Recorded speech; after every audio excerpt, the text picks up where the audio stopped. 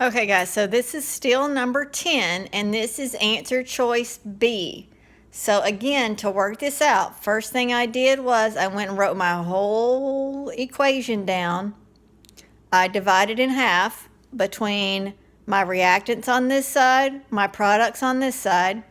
I went back and made a list of all of the elements on both sides of that equation in the same order. Now, this one is a little more difficult to work out than answer choice A, because not only do you have subscripts, now again, remember that subscripts are going to go with anything that they're attached to, and they're those little numbers that are behind something. And in this case right here, I put all the subscripts in green. So my first subscript here is this 3, but it only goes with the chlorine. I have a subscript here in green, it only goes with the sodium. Subscript again in green only goes with oxygen. And the same throughout. So if you have a subscript, it is behind something and it only goes with what it's attached to. Now, back here on the product side, we've got this 2 right here that's a subscript, goes with the iron. Now, we've got this right here. So we've got a subscript of 3, and this 3 on the inside of the parentheses only goes with the oxygen. This subscript goes with the parentheses. So that means this 3, because it belongs to the parentheses, goes to everything inside the parentheses. So it goes with the carbon here, and it also goes with the oxygen here. And so you would multiply those subscripts. Now again, we have got in this particular equation coefficients. Now the coefficients, instead of being small numbers behind an element, are the large numbers in front of an element.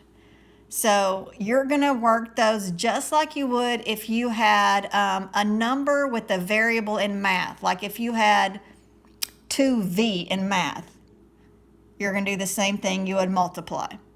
So this means that this 2 right here, it goes to everything that's in the formula behind it instead of in front of it like on a subscript. So this 2 is going with the iron and it goes with the chlorine. And then I've got plus, and then I have another coefficient of 3.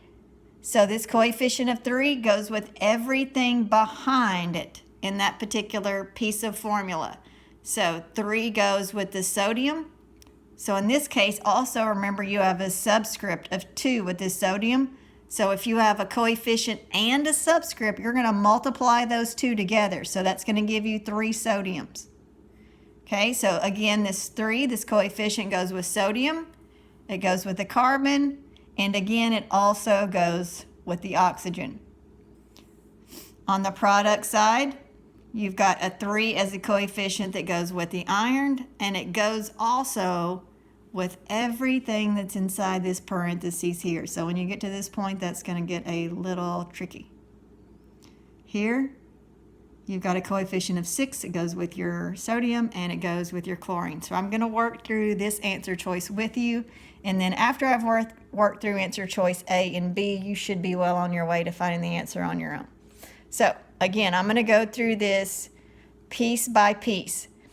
I know that some of you immediately are going to be able to tell if it's balanced or not. However, I really need you to bear with me through the whole thing because it may help you on another answer choice if you get to these tricky spots, because I'm going to show you how to work those tricky spots out. So bear with me, even if you can tell like from the first atom that it's not balanced.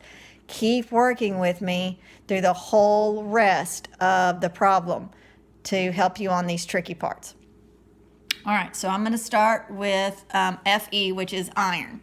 So here I have got a coefficient of 2. I don't have a subscript, so that means this iron is a 2. I have a 2 that also goes with the chlorine, but the chlorine has a subscript of 3, so it means I have to multiply my subscript times my coefficient, which is going to give me 6 chlorines. Okay, then I've got sodium, which is over here. Coefficient of 3 times a subscript of 2, so it's going to give me 3 times 2 is 6 sodiums. It's really weird to video my own handwriting.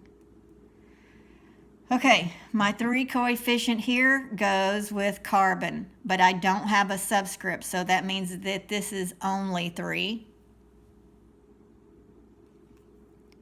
And then oxygen, I'm going to do 3, my coefficient, times my subscript 3. 3 times 3 is 9 oxygens. And then I'm going to work through my other side. So iron, 3 times 2 is 6. My chlorine, which is way over here this time. Chlorine, I've just got 6 of them because there is no subscript. My sodium, again, only 6 because there's no subscript. All right, carbon, about to get tricky. So this carbon has this coefficient attached to it of 3 that goes with the carbon. I also have a subscript of 3 that's attached to this parenthesis, so that means this 3 on the outside of the parentheses also goes to this carbon on the inside of the parentheses. So I've got 3 here from a coefficient, 3 here from a subscript. 3 times 3 is going to give me 9. All right, last one, oxygen. So again, I've got a coefficient that goes with my oxygen. I've also got 2 subscripts that go with my oxygen. One that only goes with the oxygen, and this 3 that goes with the parentheses, which means it goes to my carbon and my oxygen.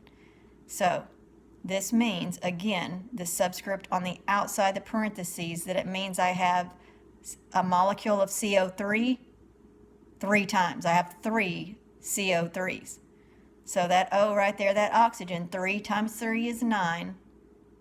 And then 9 times 3 is going to give me 27.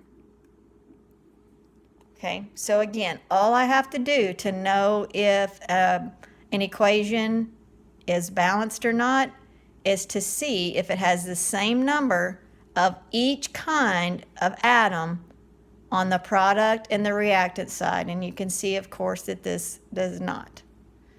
Hope that helps. Answer choice B. Not the right answer.